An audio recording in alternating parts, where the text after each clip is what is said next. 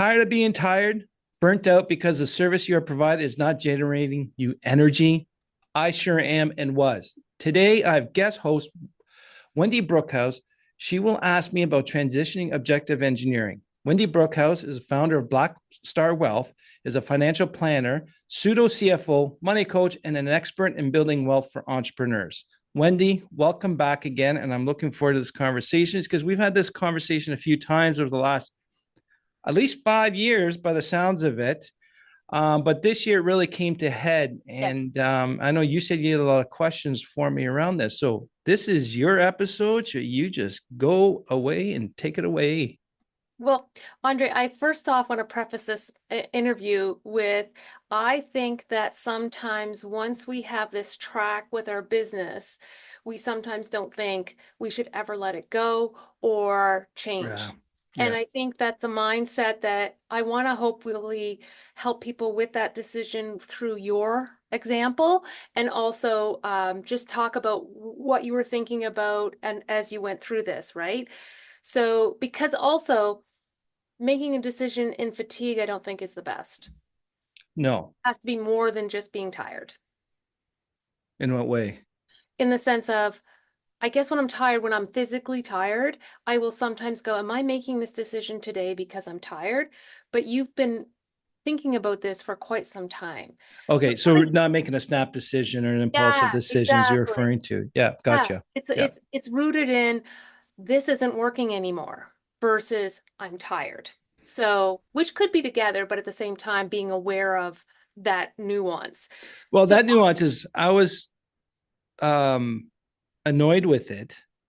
And then later, I knew that I was annoyed with it, but then later on, I noticed my body was completely fatigued. And then putting those two together was a lot more. And I just want to preface this as well, too, is for the listeners, I know I'm not the only one going through this. mm, That's why we're sharing this story, because I've heard a lot of entrepreneurs right now going through the same type of stuff. And getting caught on this, like you said, to not allowed to change directions.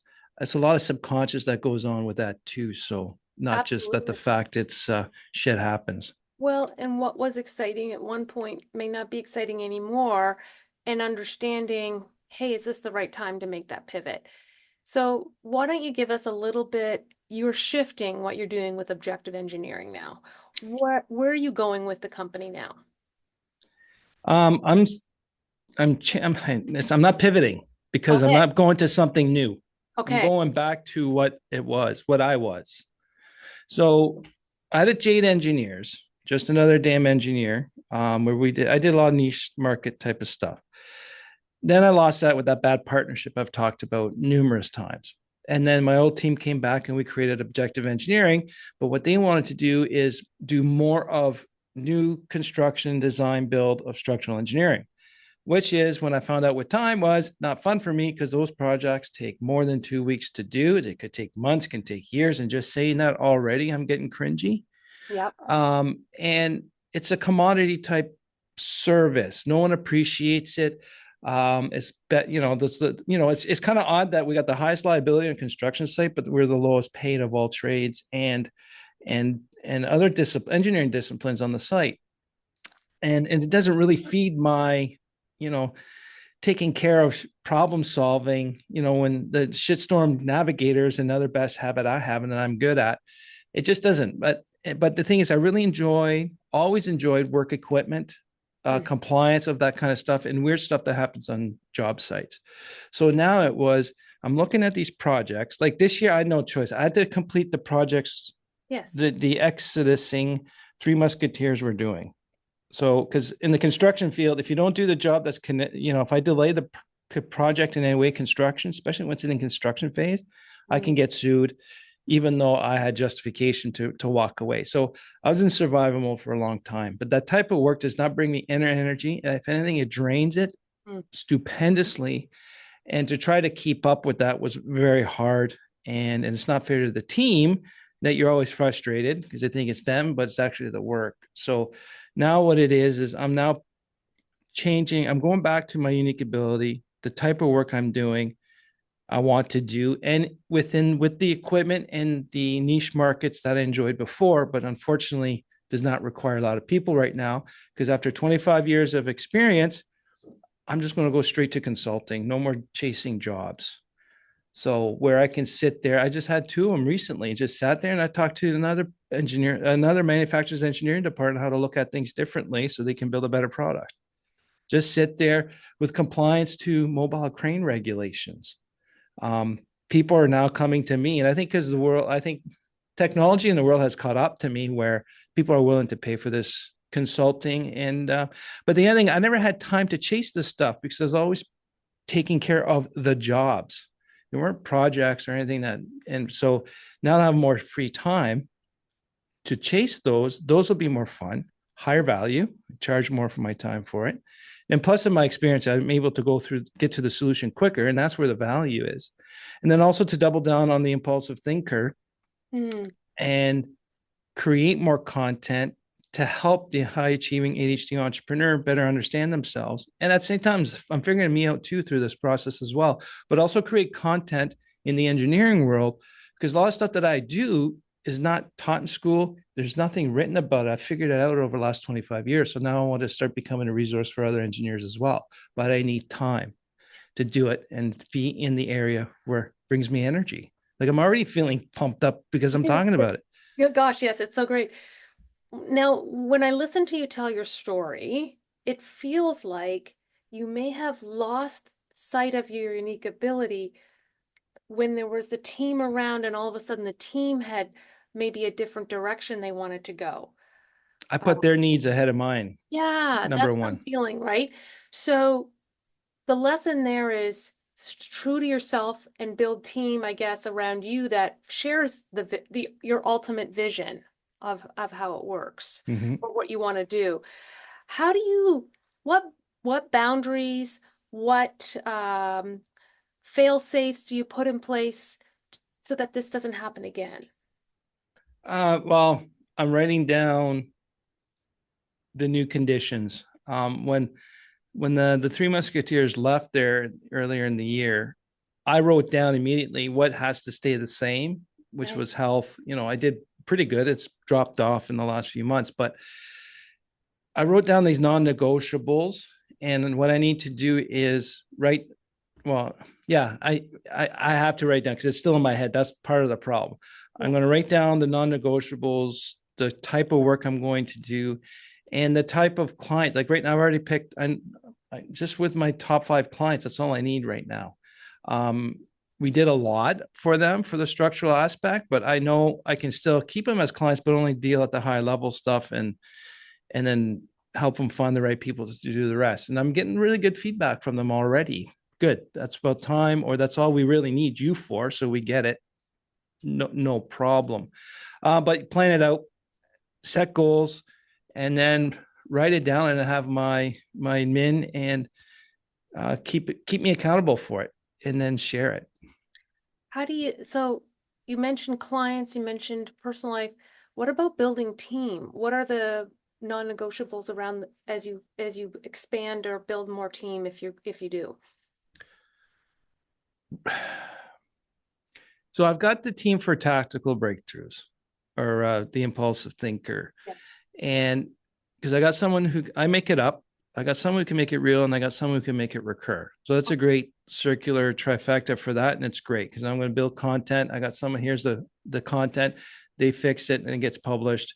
And all I got to do is do some minor reviews and fix it. So that's great. Now, the engineering side, I've got the same 2 people are going to stay. So unfortunately, my engineering staff will have to be let go, or has been let go by the time we hear this, is because where they want to go with their life and trajectory is not in line with mine. They want to do more pure structural.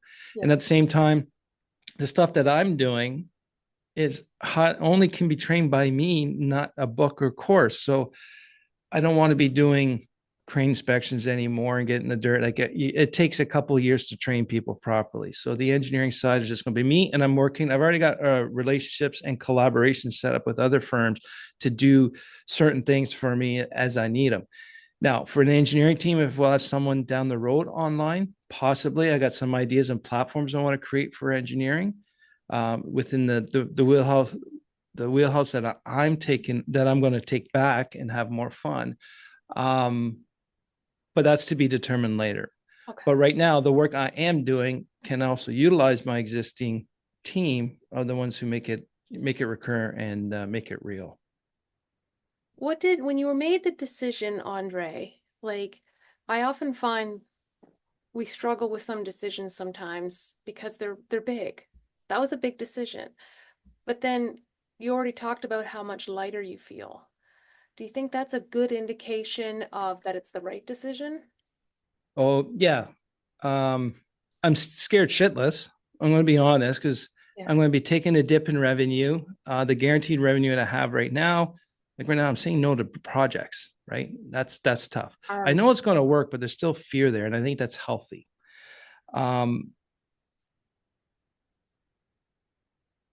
What happened was once I realized that this was no longer fun, I just got to the point I was ready to drop everything and disappear. Right, that's what I wanted. So talking with, and this is very helpful. I talked with other entrepreneurs, not other people or business people. It was other entrepreneurs that are like-minded like me and understand the way we think and process. So a lot of, Wendy, you were one, there's a 4 or 5 of them that just gives me different aspects and perspectives. So originally was, okay, engineering, one actually just says, put an end date on engineering come done. You're closing it, pick a date. So I did to shut them up. Did it, But then did when it I, help? huh? Did it help? Yeah, well, let me finish. I'd set the date to shut him up. Then the next day I talked to another guy and he's like, that makes sense. Engineering version 1 is dead, is done. Version 2 starts. Like, oh, I like that. Now the date makes sense. But I had a version 2 that didn't make sense to me. I didn't realize till a lot later. So it's to keep the current staff because I want, they're good workers, good people, and I want to try to keep them hired. That was another thing, putting someone else's need ahead of mine again. Then when went to another retreat and I was talking to people, and the more I talked about my new version 2, I felt something was wrong with my body. It just like I didn't feel, I told the story, it's like, should be a little more pumped up. Then I decided, I think it was version 8 or 9, talked to someone and they asked me the same question, what's going on? What are your new plans? And I said, I'm going to listen to my body this time. I'm going to pay more attention to my body. My body was tensing and cringing, and it was kind of like not comfortable in its own skin. And that's when I realized is my body was telling me, you're bullshitting yourself. You're trying to convince yourself this is the right path and it's not. Then I did an impulsive decision that meant no more engineering staff, 100% my way. And then my body just went, whoo, it's about time, dumbass. It's kind of like what I felt it. Now, I talked to my wife, I talked to some other people to make sure it wasn't an impulsive decision or feeling. But with time, it just felt good to the point where now I can't wait to finish these projects to get that next session, next journey started. So if I were to characterize your process, number one, you recognized something was wrong. Number two was you kind of came up with your first idea of what version 2 could be. You talked to people about it, and then you realized that it didn't feel right. Your intuition was yelling at you and screaming at you. And when you listened to it and said, here's version 3.0, and you felt good, you then talked to people again, but you didn't execute until you sat with it for a little while. So Yes. none of Yeah. these decisions, you made decisions, but you didn't take action until you were sure you were on the right path because your body was in alignment, your mind was in alignment, and you knew you were in your unique ability. And I think my body had to get involved because my gut was being ignored. My intuition was being ignored. To Yep. now, like, I think that's why a lot of people get sick. Stress causes sickness, illness. And but once I kind of said, kind of like relax, and then I start telling the story and then feeling my body, I can feel it through even to the end of my little pinky toe. Like it was like, so it's just like, huh. Now the thing is, I had that conversation. I realized what that sensation was. I figured it out, but it was 4 hours later while we're in another session where someone said some blah blah blah. Then all of a sudden, I just kind of, that's it. This is the decision I have to make: is just dump what I have now and then just go to my unique ability. Because then when I started thinking about it, wait a minute, I got 5 opportunities right now within my unique ability Yeah. that I can build more. And I just talked to a customer. So this at the time of recording 2 days ago, I said, this is my plan. This is what I do. And they said, good, you got more time to help me build my business. I'm like, that's kind of what I wanted to talk to you about. He said, no, I'm just waiting till you had time. And that's the fun stuff. Now I can go to Quebec. It's just like, now it's just like everyone's like, yeah, Like we the got so tethers have much come for on. you. And I Get never on the believed that. Sorry, I just want to finish off. Like, I never thought that can happen. I never believed it would happen. So I think that's a little bit mindset too, holding on to what's working versus trying to do what's right for you. Andre, you talked about being scared, right? Yeah. To close a door so that another one can open takes courage. And you have to believe in yourself and what you're doing because that's what's going to get you through to the next level, right? Yeah. Yeah. If you don't have 100% belief or faith that it's going to work, it's not worth it because it's just self-defeating. Yeah. Right. If you're looking for a defeat, it's going to show up. Yeah. But for some reason, I'm really like enjoying this because if I don't do this well, Mm-hmm. then the income for the family is going to be affected and that can cause other problems. But that's generating me a lot of interest and energy because if I screw this up, there's something on the line. Just like when I first started Jade Engineers, my wife was 6 months pregnant. We just blew all of our savings on renovating the new house we just bought and we couldn't afford it at the time. Right. Mm-hmm. But I went all in, and that fear of not being able to feed my wife and my newborn child gave me more energy to just go, go, go, which is another conversation for later, which created perfectionism over workaholism. But anyways, Right. but now I know a lot more. Like Dan Sullivan says from Strategic Coach, all your past mistakes is tuition, Yes. right? Yes. It's lessons. So this might be version 3 of engineering, but this is like version 200 of Andre, Right. right? Yeah. I'm not going to make the same mistakes I did at last time. I'm being a lot more selective with my clients. I'm a buyer now for clients. I just Mm. had a conversation with one. He goes, "Oh, wait a minute. I'm buying from you. You're not in control." I says, "I'm a buyer. I don't want to buy your services or your project." Right. And they can't understand that. I says, "No, this Flip. is my fee. This is my rate. And this is my timing. Take it or leave it." Sorry. There's a delightful word or a delightful non-use of a certain word in everything you have just talked about. Did I? There's a word you didn't use that Oh, I'm delighted to not hear because I don't like when people talk about the future and use this word. And that word is were you should. going to tell me? I Oh, just did, should. Patience, grasshopper. no, So no. it's all like should. If you are planning version 3.0 or whatever, and I think if that word comes up as you're doing it, go back in, right? Like if you had said, I should do this or should version 2.0 of Andre was, of the company was, I should do it this way so I can keep my staff. I should keep my staff, right? Yeah, yeah. So as soon as you were able to get rid of that should, Well, I can't. no, not in your I new, can't anymore because of the way yeah, it's been. I can't continue working this way. Like my body is so fatigued. I feel it horribly, no matter how well I'm sleeping, because my right. mind's not rested. It's not settled.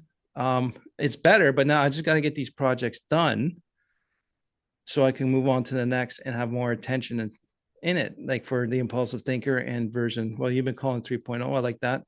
Even though 2.0 was never initiated, nothing wrong with that.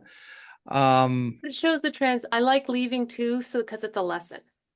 Yeah, well, like even when the Three Musketeers left there in the spring, everyone's going to go through it. Oh, crap, you stupid idiot. What could you done to prevent it? You're an idiot. You're a moron. You should have figured it all out. And then I just sat there and I looked at it. And for some reason, my head just went back to every cluster issue I had in my businesses and even my life. Yeah. Then what's flipped was like, this is a sign of a great new beginning because every spike in my entrepreneurial career and growth was when something went really, really bad. Right. So I looked at this is extremely bad. Therefore, once I get out of this, there's a lesson in everything. People say, it happened for a purpose, for a reason. Not saying I'm a fatalist, but the universe has been talking to me, I've been ignoring it. And what's the lesson here? And it took 8 months, but at least it is. But I just knew that this was going to be the catalyst of a massive up thing for me down the road. And that helped me get out of this survival mode as well, knowing that there's a positive at the end of this. I want to talk about timing and being ready a little bit, Andre, because the universe has been talking to you for a while, but what do you think happened? Like, I know there was a lot of things, but how did you know you were ready to listen? Because it's Andre version 200. A lot of stuff I've been working on over the last 5 years. Well, I was gaining a lot of self-respect for myself, is Mm. a big one. Hmm. Like I know a lot of listeners would definitely appreciate that. We never had a really good high opinion of ourselves Yeah. as we're raised, or even in the even if you're not an entrepreneur, even in the corporate world, you're not appreciated. So therefore, you've convinced yourself to not believe in yourself. And for me to stand up and say I'm doing this all for me Yeah. first is a massive, massive breakthrough for me, because I feel bad that people now have to go look for work, but I don't feel guilty about it because it's not the right thing for all of us. It's not just me, it's for them too. Right now, I look at a drawing and I get angry looking at the drawing because it's the type of project that's just making me angry. It's not the team. And you can't coach, you can't delegate, you can't lead effectively if you're always angry with the projects, and that negative energy gets transferred. Right. So in the end, this is best for everyone. Yeah. And I don't feel guilty about it. Um, and the thing is, I need to do this. If not, it's going to get worse. And if it doesn't work, guess what? I know it won't work. Right. I rather, like, that's why I started my first company, because I didn't want to be at 65 rocking going, what if, what if, what Oh, if? I okay. would have liked to say at 65, I tried, it didn't work. Hmm. That was my difference. And right now is I need to do this. I know it's going to work, but how fast I can get to the revenue stream that I'm getting now, that's the question, but it will be done. But the biggest thing I learned with all this, okay, for the listeners' minds up in the air right now, it's if you have the time and energy to put in 100% into something that brings you energy, like the podcast. Like I want to be a lot more intentional with the podcast in 2025. I want to do more. I want to be intentional with the content I create so it's more valuable. Your quality of your product is going to skyrocket because we have time, mental energy to do it, and not fatigued and not just run on empty for years. And that's what I'm excited, because I'm kind of scared of what I can create now. And I'm really excited about it. I just want these damn projects done. I think you should insert a muhahaha right there. What I love also about this 1.0, 2.0, 3.0, I feel like I remember I said I had a kind of a mentor one point says, you're here, Wendy, and you want to be here and you want to go like this. You want to just jump right You want over to and be in that leapfrog over. place, Yeah. right? But when we think about it, everything is you're here and it's slow circles leading to the point where you actually end up at the place you wanted to be. It's a slow process. And I think if we look at our lives and how we approach the world, it's iterative. Yep. What you know, you didn't know what you know now when you Yep. started objective, Yep. right? You went with what you knew. You learned lessons and you learned lessons and you learned lessons, and now you're making the move to 3.0. Yep. Yeah. And then the big one too is chasing the right clients. Right. Right now, the three that I'm going to, that I know they're going to be 100% we're in, no Yeah. matter what I want to do or what I have behind me, is they fully believe and trust in me, and there's more money to be made with them if I had more time. And then, I'm just chasing these clients as last minute. They don't really respect our time. We have to save their skin, and they don't want to be charged more. And then this is one of the things entrepreneurs, I think, would be one of their number one mistakes when they start a business, or even doesn't even just start, even 23 years down the road. We never concentrate and provide more time to our best clients. We always take care of the jackasses that don't respect, the ones that cheat. Because you just want, I think, especially an HD entrepreneur, they're annoying. So you just want to get that, swat that fly and get it out of here. But then we accept the job from them later on again. But the top clients, they're the ones who should spend more time because they will give you more money if they got that much respect for you and believe in you. Mm-hmm. So it's almost as if it's tough. Say no to a lot of work that's coming in that's easy, or say no to them so I can spend a few more dollars and time with these top clients to figure out something more to do, which might be months down the road it'll start up, but we got to spend that time. And that's what I'm energized for, to work with those clients, but also work with the, the ADHD entrepreneur to do the same thing, and just get everyone to be okay with themselves. And just because you do it differently doesn't mean should be shit on. Absolutely. Like, and I think that's the thing. I love the fact that you've come to this place of believing in your self-worth and respecting yourself and your opinions. That's huge. And then also thinking of just how can I shift things in the organization so it better suits me. And then the clients are going to get better things from you, as you said, Andre, because you're Yeah. going to be in the right mindset. Approaching a project with anger isn't going to help the client at all. No. Or it's not going to be a good experience for them either, No, right? it doesn't, it's not a good experience for the family either. Oh, That's the yeah. other thing. Yes, yes, it doesn't get left at the office door, unfortunately. Like, the one thing is, if I had a money, if my mindset was about just making a shitload of money, I would probably stick around with this industry and do it, because then I wouldn't care who I hire. I wouldn't care about the right value, but I don't have, money is not the number one for me. Hmm. Like, it's not my main goal. And, learning more as much as I can, self-development, and then just improving what I know now and finding new ways of doing it. That's what brings me energy. And the strategic product in that case is money. So growth is not only money. And I think a lot of people lose that. And I just know money will follow, but I got to invest in my first priority mindset is learning and growing and develop and creating content. So if we were to think about your listeners and people who are kind of in that, I don't think I'm in my unique ability, but I'm not sure I'm ready for version 2.0 or 3.0. What would you say to them? Like, how do they, what can they be doing to get themselves ready for the new version of themselves and then implementing it with courage? I don't think a lot of us have the opportunity to understand our unique ability. I think people have a general idea that is shit upon by others to convince yourself that you're not good in those areas. So the one thing I would say is, for the people, understand what you're really good at and what you want to do that brings you energy, not neutral energy, negative. Neutral is negative.